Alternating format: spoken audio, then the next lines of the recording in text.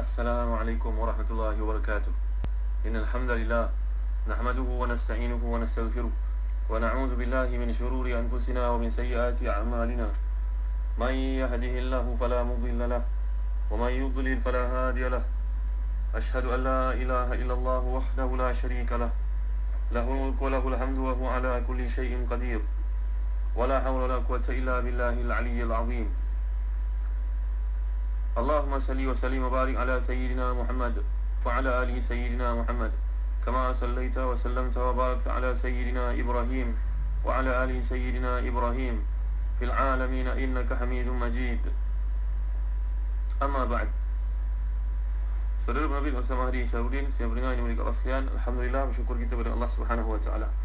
Dengan kurnianya dapat kita menyambung kuliah tafsir dan kita masih lagi sedang bincang surah Taha. Mengenai ayat 1 semua yang berikutnya, iaitu firman Allah Subhanahu wa taala, A'udzu billahi minasyaitonir rajim.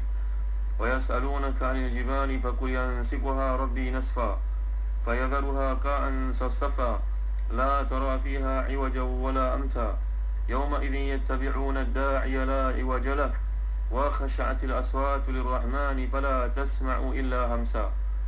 Mereka bertanya kepadamu, wahai Muhammad, tentang gunung-gunung. Maka katakanlah, Rabbmu akan menghancurkannya pada hari kiamat sehancur-hancurnya. Kemudian dia akan menjadikan bekas gunung ganang itu rata sama sekali, sehingga kamu tidak akan melihat lagi ada tempat yang rendah dan tempat yang tinggi di sana. Pada hari itu mereka mengikuti panggilan penyeru malaikat tanpa berbelok-belok, tanpa membantah, dan semua selalu tunduk merendah kepada Rabb yang Maha Pengasih, sehingga yang kamu dengar hanyalah bisik-bisik. Tuan-tuan yang berkata sekalian, ayat ini mengisahkan tentang gunung ganang yang akan dihancurkan dan bumi diratakan oleh Allah Subhanahu wa taala. Mereka yang masukkan sini iaitu suku Saqif. Golongan Arab ni ada banyak suku, kabilah. Mereka datang bertemu dengan Nabi sallallahu alaihi wasallam seperti disebut para ulama tafsir. Contohnya Imam Al-Baghawi. Satu riwayat daripada Ibn Abbas radhiyallahu anhuma, bahawa mereka datang bertanya kepada Nabi Muhammad sallallahu alaihi wasallam, apakah gunung itu akan tetap pada hari kiamat? Umpamanya orang-orang kafir di kalangan kita, di kalangan masyarakat di negara kita sebagai contoh, mereka melihat gunung itu kuat sangat, lantas dikebumikan mayat mereka di atas gunung. Satu, dia punya penghormatan untuk si mati. Yang kedua, gunung itu kuat, dia tidak akan hancur, dia tak akan ditenggelamkan. Itu fahaman dangkal golongan musyrikun. Mereka menyangkakan bahawa berada di atas bukit itu selamat. Maka barangkali dari aspek inilah menjadikan suku Saqif bertanya kepada Nabi Muhammad sallallahu alaihi wasallam. Lantas Nabi telah menjelaskan dia akan dilenyapkan di tempatnya, dihancurkan, hancur luluh. Fayadharuha ka'an safsafa, dia akan menjadi rata, hamparan yang rata. Qa' di sudut bahasa Arab merujuk kepada permukaan bumi yang rata. Safsafa menegaskan maksud qa' itu lagi. Ka'an safsafa, permukaan yang luas, landai, terbuka, hamparan yang saujana mata memandang. Ada yang mengatakan maknanya adalah dataran yang tidak ada tumbuhan padanya. Tapi pendapat yang telah dijelaskan tadi daripada Ibn Abbas radhiyallahu anhuma ternyata lebih tepat, dan itulah yang disebut di para ulama tafsir kebanyakannya. Jadi Allah menjelaskan sebagai satu pengukuhan lagi, la tara fiha iwajan wala amta. Kamu tidak akan melihat lagi di tempat ada yang rendah dan ada yang tinggi. Maksudnya pada hari itu bumi sudah tidak ada lembah, wadi, puncak, dataran, gunung, ganang, tembok, semuanya hancur luluh. Seperti disebut oleh Ibn Abbas radhiyallahu anhuma, Ikrimah, Mujahid, Al-Hasan Al-Basri, Al-Dhahhak, Qatadah, dan ia merupakan panjangan jumhur para ulama salaf. Jadi di sini selepas menjelaskan singkatnya hidup dunia, tuan-tuan, ayat ini menjelaskan rapuhnya dunia. Bila musyrikun bertanya, gunung yang kuat daripada sangkaan kamu itu sebenarnya rapuh di sisi Allah Subhanahu wa taala. Ini golongan yang ingkar pada hari kiamat tanya kepada Nabi Muhammad sallallahu alaihi wasallam bila melihat gunung yang kukuh, yang tegap, yang kuat itu. Jadi lanjutan daripada pendeknya dunia dan rapuhnya dunia, tidak kuatnya, maka Allah menggambarkan dia akan jadi seperti pasir-pasir halus yang berterbangan, seperti kapas yang ringan. Jadi kamu akan melihat seolah-olah memang tidak pernah ada gunung di situ, kerana semua sudah jadi rata. Iwaj ini, tuan-tuan, dari sudut bahasa Arabnya, kalau tuan-tuan lihat dalam kamus, contohnya kamus Al-Farid, kamus Al-Aziz, iwaj ini merujuk pada satu benda yang rendah tapi bersifat tidak nampak. Tapi kalau awaj, satu benda yang bengkok, yang tidak, sesuatu yang bersifat material. Tapi ayat ni menggunakan kata untuk merujuk kepada rendahnya yang kita tidak nampak, sebagai isyarat bahawa jangankan dengan mata yang jelas, alat-alat ukur yang menggunakan teknikal, yang punya teknikaliti yang tinggi pun tidak mampu mendetek adanya kerendahan dan ketinggian. Inilah yang disebut dikeluarkan para ulama tafsir. Qa'an ini ada tanah dataran yang luas, yang terbuka, yang tak ada pokok padanya, tak ada bangunan, tak ada tempat tinggi rendah, lurah dan sebagainya. Jadi saf-saf ini, saf-safah adalah merujuk pada tanah datar yang halus, yang satu menyatu bagaikan satu saf. Jadi kedua kata ini mempunyai makna yang mirip seperti yang telah kita jelaskan. Tujuannya untuk kuat menguatkan satu sama lain. Dalam Al-Quran, tuan-tuan, kita akan menemui berbagai bentuk pertanyaan yang dijawab dengan gaya bahasa yang berbeza-beza. Salah satu yang berbeza pada ayat ini iaitu redaksi pada perintah yang disertai dengan fa di sini. Wa yas'alunaka 'anil jibali faqul yansifuha rabbi nasfa. Kuliah lalu kita telah bincangkan di sudut furu'iyah dan juga usuliyah, kata Imam Al-Alusi, mesti tafsirnya tafsir Ruhul Ma'ani. Jadi konteks di sini bila ditanya satu benda yang bersifat usul, kiamat, bagaimana keadaan gunung Ana, maka jawabkan dengan penuh yakin wahai Muhammad sallallahu alaihi wasallam. Tapi kalau tanya bab ruh, wa yas'alunaka 'anir ruh, qulir ruhu min amri rabbi. Ruh itu juga merupakan satu benda usul, satu benda bersifat akidah. Tapi Allah tidak jelaskan di situ fa. Kenapa? Kerana benda ni usul tapi tidak mempunyai penjelasan lain. Hanya Allah saja yang mengetahui. Qulir ruhu min amri rabbi. Beritahulah kepada orang yang bertanya Tuhan Muhammad, ruh merupakan urusan Tuhanku. Ini beza di antara usuliyah dan juga furu'iyah seperti disebut oleh Al-Imam Al-Alusi dan tafsirnya Ruhul Ma'ani. Kemudian yauma idzin yattabi'una da'iya la iwaja wa khasha'atil aswatu lirrahmani fala tasma'u illa hamsa.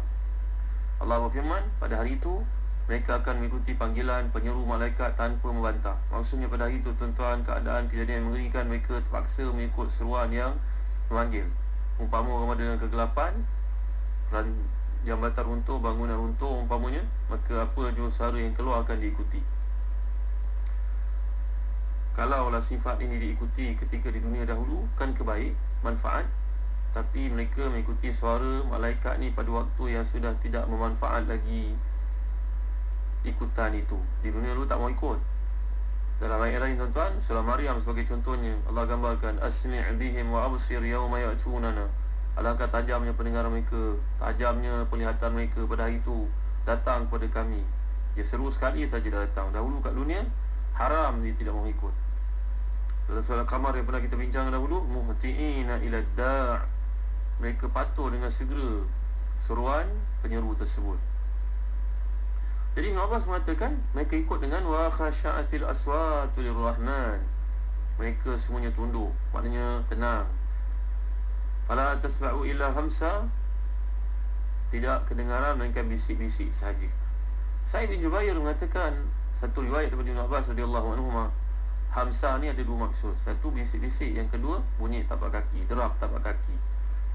Ini juga merupakan pandangan yang Karimah, Mujahid, Dhahhak, Rabi' bin Anas, Qatadah, Ibn Zaid dan lain-lain. Ali bin Abi Talha pula mengatakan bahawa daripada Ibn Abbas, maksud fala tasma'u illa hamsa ni suara yang bisik-bisik. Jadi kata para ulama tafsir, contohnya Al-Baghawi, Ibn Jarir Tabari, riwayat yang banyak yang kedengaran apa itu orang bisik satu sama lain, dan juga bunyi derap tapak kaki, pergerakan kaki yang mengikut seruan suara tersebut. Jadi artinya pada itu ketakutan yang amat sangat menyeliputi semua manusia, menyebabkan tidak ada siapa pun yang berani bercakap. Yang kedengaran hanyalah bisik-bisik dan bunyi tapak kaki masing-masing bergerak menuju tempat yang telah disuruh itu. Jadi ayat ini masih lagi melanjutkan huraian peringatan tentang kiamat.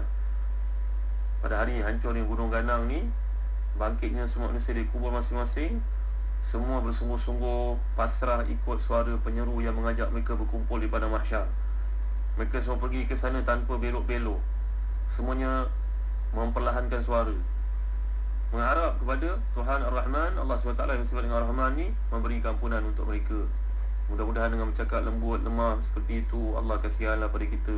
Ini tanggapan golongan musyrikun yang dahulu enggan taat pada perintah Allah SWT semasa di dunia. Ad-da'i ni difahami oleh kebanyakan ulama sebagai kata malaikat Israfil. Ada juga yang berpendapat bahawa dimaksudkan di sini merupakan rasul masing-masing, rasul yang pernah diutuskan kepada umat-umat yang beza ini. Jadi la iwajalah, tidak berbelok-belok, tidak pergi ke tempat yang lain. Ini penjelasan keadaan yang menyeru pada itu dan juga yang diseru. Bila keadaan penyeru dan yang difahami sebagai penyeru yang malaikat, maka dapatlah difahami di sini bahawa malaikat tidak mengajak melainkan apa yang ditetapkan oleh Allah Subhanahu Wa Taala, dan yang diajak iaitu disuruh pun tidak berani untuk pergi ke tempat lain, walhal malaikat sedang menunjukkannya pada satu arah yang tertentu. Jadi tuan-tuan dan hati dan dikasihi sekalian, seakan-akan nyatakan di sini, ini kalian mestilah mengikuti ajakan Rasul, kerana kamu tidak akan dapat berkata semasa di dunia dahulu dengan menolak, menafikan ataupun mengingkari seruan Nabi tersebut. Sekarang kamu kena ikut dengan penuh pasrah. Dulu kita pernah bincangkan perkataan Iwas ni tuan-tuan, Musi surah Al-Kahfi. Alhamdulillahilladzi anzala ala abdihi al-kitab wa lam yaj'al lahu 'iwaja. Segala puji bagi Allah yang telah menurunkan kepada hamba-Nya Al-Kitab dan tidak ada padanya sebarang kebengkokan. Jadi kata yang dapat kita fahami kat sini penjelasan bahawa keadaan diseru, manusia yang diseru pada itu bererti tiada sebarang penyelewengan dalam ajakan itu. Siapa pun tidak dapat menafikan kebenarannya. Mereka kena berjalan terus, tidak boleh kona ke kanan, tak boleh belok ke kiri, kerana bumi yang telah datar, telah menjadi panjang, telah pun dihamparkan luas, dan perjalanan hanya menuju pada satu arah sahaja. Di sini tuan-tuan yang boleh kat sekalian, bila Allah nyatakan wa khasya'atil aswatu lirrahman, rendahnya suara pada itu kerana menunjukkan kepada ketakutan, kepatuhan. Sedangkan kat dunia dahulu banyak protes dan enggan untuk taat. Sebenarnya perkataan hamas ni kalau tuan-tuan perhatikan dalam Al-Quran Al-Karim digunakan dengan maksud, kata para ulama Ashabul Ma'ajim Al-Qawamis, seperti contohnya Al-Imam Al-Asfahani dalam kitabnya Mufradat Al-Fazil Quran, memahaminya dalam arti kata dua bibir kita bergerak tanpa suara. Dan ada juga yang menjelaskan maksudnya sebagai kaki. Apa pun, sama ada merujuk pada kedua-duanya sekali, gambaran suasana yang sangat mencengkam dan membimbangkan, lantas setiap individu yang ada pada itu berserah sepenuhnya kepada Allah Subhanahu Wa Taala. Kemudian tuan-tuan yang berhati dan dikasihi sekalian, datanglah ayat 110. Yauma idzin la tanfa'u syafa'atu illa man adzina lah, man adzina lahu ar-rahman wa radiya lahu qawla, ya'lamu ma baina aydihim wa ma khalfahum wa la yuhituna bihi 'ilma wa 'anatil wujuhu lil hayyil qayyum wa kad khaba man hamala zulma wa man ya'mal minas salihati wa huwa mu'minun fala yakhafu zulman wala hadma. Pada hari itu tidak berguna syafaat kecuali syafaat orang yang Allah SWT yang Maha Murah telah berizin kepadanya dan dia meridai perkataannya. Allah SWT mengetahui apa yang ada di hadapan mereka dan apa yang berlaku di belakangnya, perkara yang telah terjadi dan akan terjadi, sedangkan ilmu mereka tidak dapat mengikuti ilmunya. Dan semua wajah tunduk di hadapan Allah yang Maha Hidup dan Maha Berdiri sendiri. Sungguh rugi orang yang melakukan kezaliman.